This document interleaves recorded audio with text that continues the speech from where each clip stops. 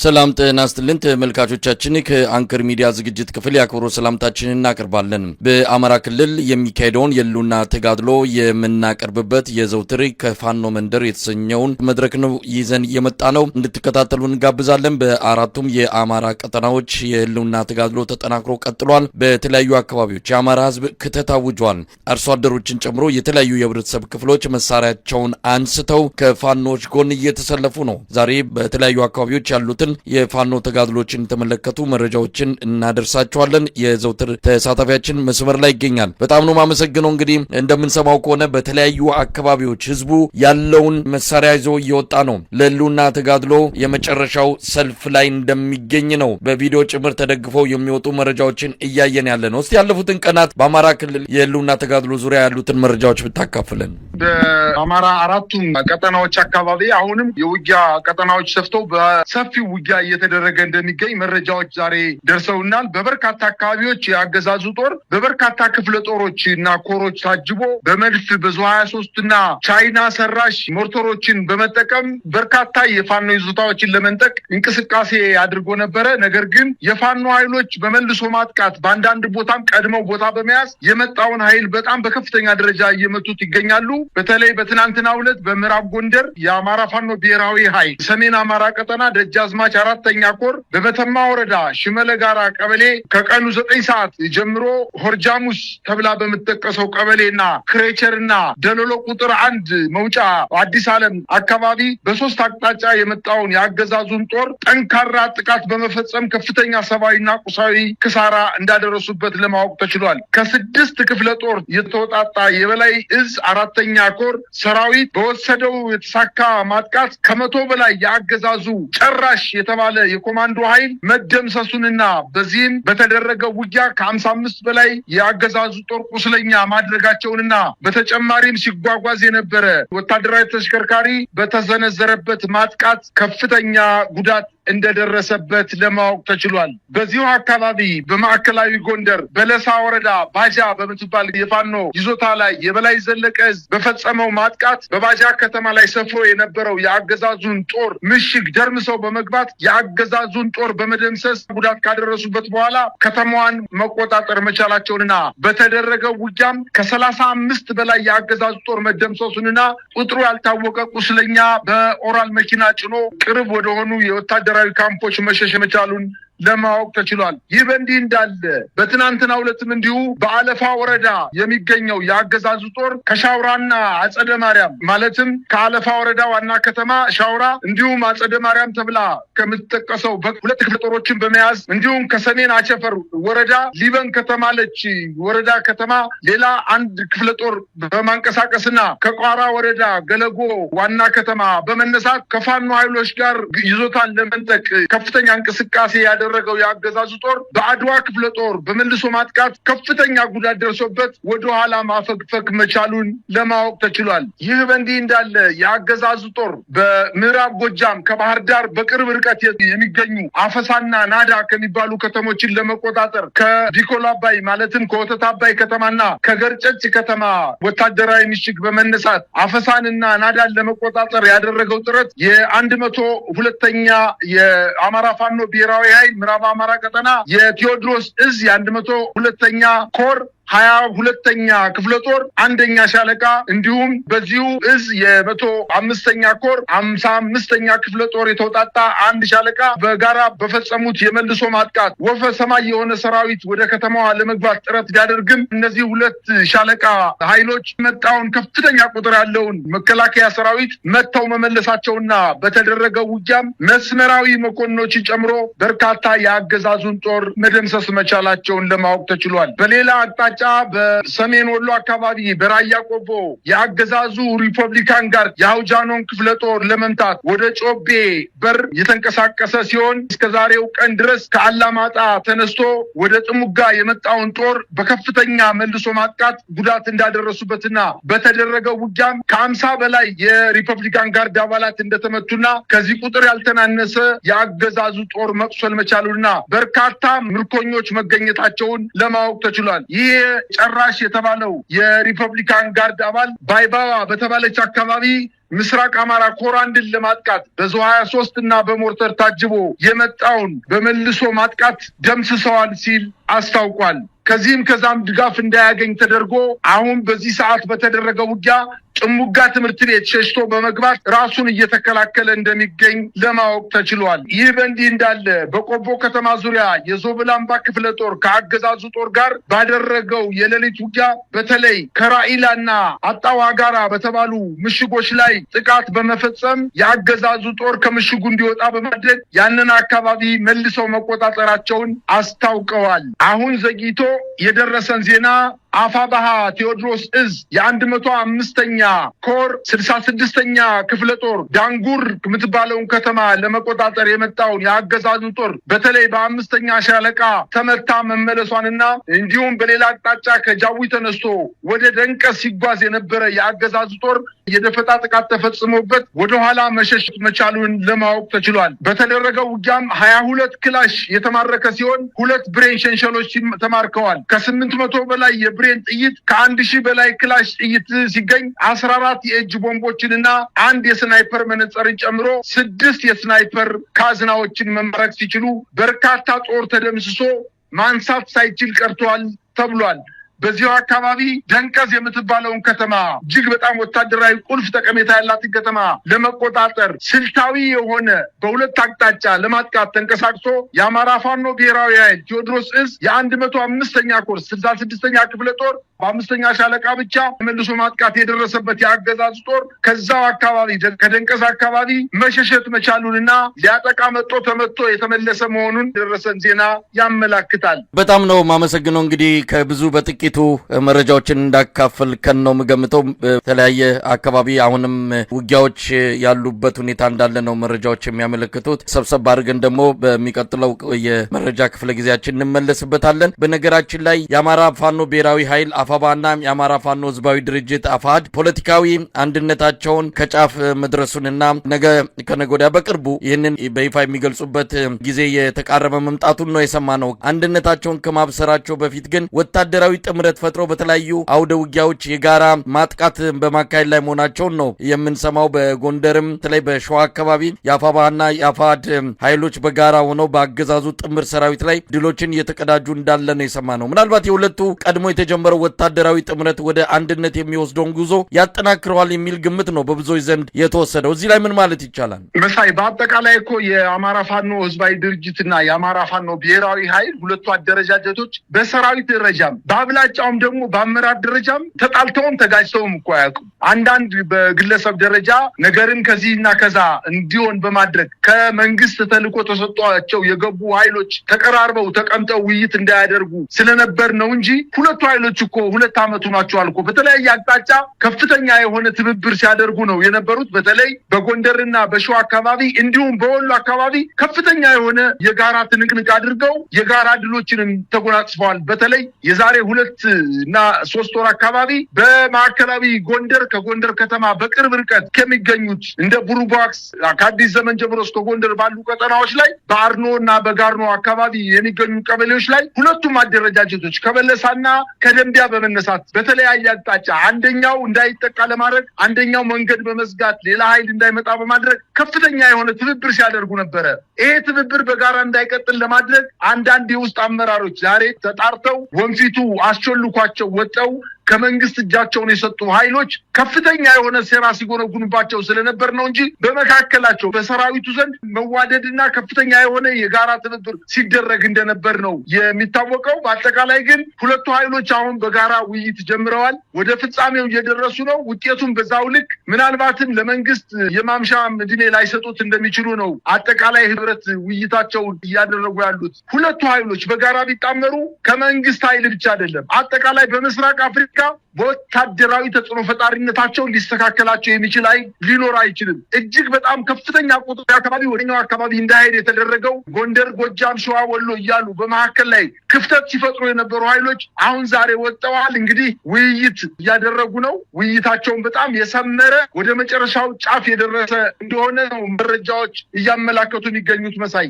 በአማራ ህዝብ ትግል የተጀመረውን እንዲህ አይነቱን ወሳኝ የሆነ የሉና ተጋድሎ ግለሰቦች እንደፈለጉት ማድረግ እንደማይችሉ ባለፉት 2 ዓመታትና ከዛም በላይ በወሰደው የትግል ጊዜ ብዙ ምስክሮችን አይተናል። የገቡ የወጡ ትግሉን በኪሳቸው ይዘው የዞሩ የሚመስላቸው እነሱ ከሌሉ ትግሉ ያበቃ የሚመስላቸው ወጥተው ምንም ያመጡት ነገር የለም። ትግሉ ግን ቀጥሏል። ምክንያቱም ትግሉ የህዝብ ነውና። አርበኛ አስረስ ማረ ዳምጤ ይህን በተመለከተ አንድ አጠር ያለ ጽሁፍ በማህበራዊ ሚዲያው ላይ አካፍሎናል። በትክክልም አስረስ የጠቀሰው ነገር አለ። ትግሉ ብዙ ምዕራፎችን ተሻግሯል። ጥቂቶች ሆነ የጀመሩት አሁን ሚሊዮኖች በባለቤትነት የያዙት ትግል ሆኗል። አካባቢያዊና በሀገራዊ ብቻ ሳይሆን በዓለም አቀፍ ደረጃ እውቅና ያለው ስሙ እየተነሳ በተለያዩ አካላት የሚጠቀስ ትግል እንደሆነ ነው እየተገለጸ ያለው። ከዚህ አንጻር የአስረስንም እንደዚሁ ጽሁፍ መጥቀስ ይቻላል። በአጠቃላይ ትግሉ ተጠናክሮ እየተካሄደ ነው ያለው። ምናልባት የአፍሪካ ህብረትና ኢጋድ በአብይ አህመድ ቲያትር ውስጥ ተሳታፊ ሆነው ታሪካቸውንም የተቋቋሙበት መሰረትና መነሻ ሁሉ በመናድ በእንደዚህ አይነት አስቀያሚ ቲያትር ላይ መሳተፋቸው ነገ ከነገ ወዲያ እውነቱ ሲገባቸው የአማራንም ህዝብ የኢትዮጵያንም ህዝብ ይቅርታ ይጠይቃሉ ተብሎ ነው የሚጠበቀው። አፋዴን በተመለከተ አንድ የአቋም መግለጫ አውጥቶ ለሁለቱም አካላት ለአፍሪካ ህብረትም ለኢጋድም ልኳል። ይሄ ትግል የህዝብ ትግል ነው። አንድ ግለሰብ መጣቀረ እንኳን አይደለም በዚህ ደረጃ ምንም ሚና የሌለው ይቅርና ወሳኝ ቁልፍ ድርሻ ያላቸው ትግሉ ላይ የገነነ ስም ያላቸው ግለሰቦች እንኳን ከትግሉ ቢለዩ የአማራ ህዝብ የጀመረውን ትግል ከዳር ማድረሱ የማይቀር ነው። ይህንን ነው እንግዲህ ሁሉም ሰው መረዳት መገንዘብ የሚገባው ማለት ይቻላል። መሳይ ውሸትንና ማጭበርበርን ዋነኛ የእድሜ ማራዘሚያ አድርጎ የያዘው አገዛዝ እሱ ባያፍር ሁል ጊዜ በዚህ ስርዓት የኢትዮጵያ ህዝቦች በሙሉ ያፍራሉ። የኢትዮጵያን ህዝብ የማይመጥን ስርዓት በአጋጣሚ ወንበር ላይ ተቀምጦ ኢትዮጵያን ከመቼውም ስርዓትና አገዛዝ በላይ ያዋረደ ስርዓት እንደሆነ ሁላችንም የምናውቀው ነገር ነው። የተናቀ ስርዓት በመሆኑ እንጂ እውነት ለመናገር የተቃቀፉት እኮ 2 ሰዎችና 2 ግለሰቦች ብቻ ናቸው። እነዚህ የተቃቀፉ ሰዎች ደግሞ የስጋ ዘመዳማች ስለሆኑ ካልሆነና ተነፋፍቀው ካልሆነ በስተቀር በትግሉ ላይ የሚያመጡት ውጤት የለም። ሁለቱ የስጋ ዝምድና እንዳላቸውና ከዚህ በፊትም አንደኛው በግራ አንደኛው በቀኝ ሆኖ የአማራን ህዝብ ተደራጅቶ እንዳይታገል ለማድረግ ሁለቱም በተለያየ ጎን በተለያየ የትግል ስልት ገብተው የአማራን ህዝብ ሲያስጨፈጭፉ የከረሙ የነሱ መተቃቀፍ የናፍቆት መተቃቀፍ ብቻ ካልሆነ በስተቀር በአማራ ህዝብ ትግል በፍጹም ለውጥ ሊያመጣ አይችልም። በነገራችን ላይ ትግሉ አሁን ከደረሰበት ደረጃ ካየነው በግለሰቦችና በቡድኖች ሊጠመዘዝ የሚችል ደረጃ ላይ አይደለም ያለው። ፋኖ ከመንደር ወጥቶ አሁን ቀጠናዊ ተጽዕኖ ፈጥሯል ነው ያለው አስረስ ማረ። ቀጠናዊ ተጽዕኖ መፍጠር የሚችል ኃይል ደረጃ ላይ ደርሷል። አጠቃላይ የፋኖ ኃይሎች ከእንግዲህ በኋላ ተገፍተው የማይወድቁ እጅግ በጣም ተራራ ትልቅ ቋጥኝ ሳይሆን ተራራ ደረጃ ላይ የደረሱና የመንግስት ኃይል ደግሞ በየቀኑ እየከሰመ እየደከመ የመዋጋት ሞራሉ እየቀዘቀዘ እየጠፋ እየተተካም ቢሆን የመዋጋት ልምድ የሌለው ሰራዊት በአማራ ክልል ዶ የድሃ ልጅ እያለቀበት ያለ ትግል መሆኑን ነው የምናውቀው። ይሄኔ ነው ሄደን የፋኖ ኃይሎችን ባሉበት ደረጃ እንመታለን ብሎ እየተንቀሳቀሰ ባሉበት ቦታ ላይ የፋኖ ኃይሎች በሌላ አቅጣጫ ከዞን ከተማ አቅራቢያ የሚገኙ ወረዳዎች ላይ እየገቡ ከፍተኛ የሆነ ድል እየተጎናጸፉ እንደሚገኙና አንዳንዴም የመጣውን የመከላከያ ሰራዊት በመልሶ ማጥቃት ከ100 በላይ ያላነሰ አሁን ከአርማጭሆ እስከታች እስከ መተማ ድረስ ባለው ውጊያ የፋኖ ኃይሎች ጠንካራ ይዞታ እንደሆነ ይታወቃል። ይህን ይዞታ ለመምታት ያንን አካባቢ ሙሉ በሙሉ ለመቆጣጠር ከፍተኛ የሆነ ቁጥር ያለው ሰራዊት ይዞ በከፍተኛ ወታደራዊ ትጥቅና ስንቅ ተደራጅቶ ብረት ለበስ ተሽከርካሪዎችን ይዞ ያንን አካባቢ ለማጥቃት ሙከራ ያደረገው ኃይል መንግስት እጅግ በጣም የሚተማመንበት የሪፐብሊካን ጋርድና ጨራሽ የተባለ ወታደር ነበረ። ነገር ግን 5 ሰዓትና 6 ሰዓት በተደረገው ውጊያ ብትንትኑን ያወጡት። ይሄ ሁለተኛው ድላቸው ነው። ሶስተኛ ይሄ ሁሉ ወፈ ሰማይ ሰራዊት አጠቃላይ የኢትዮጵያ ሰራዊት ሙሉ አማራ ክልል ተሰማርቶ በህዝብና በነዋሪው ዘንድ ከፍተኛ በደል እየፈጸመ እንኳን የፋኖ ኃይሎች ይሄን እየተከላከሉ ህዝባቸውን ነፃ ከማውጣታቸውን በተጨማሪ ወታደራዊ ማሰልጠኛ ተቋማትን አዋቅረው እንዲያውም ለመጀመሪያ ጊዜ የኮማንዶ ኃይሎችን የመሐንዲስ ባለሙያተኞችን የስለላና የደህንነት ባለሙያዎችን ማስመረቅ መቻላቸውን ነው መረጃዎች የሚያመላክቱት። እዛው አፍንጫቸው አጠገብ ላይ የፋኖ ኃይሎች በያዟቸው ወረዳዎች ላይ ማሰልጠኛዎችን አደራጅተው በሺዎች የሚቆጠሩ የኮማንዶ ወታደሮችን በማስመረቅ ቀጥታ ወደ ውጊያው እንዲገባ በማድረግ ትልልቅ ድሎችን እያስመዘገቡ ነው የሚገኙት። የሁለቱ ኃይሎች መጣመር ከፍተኛ የሆነ ረብሻ ፈጥሮበታል።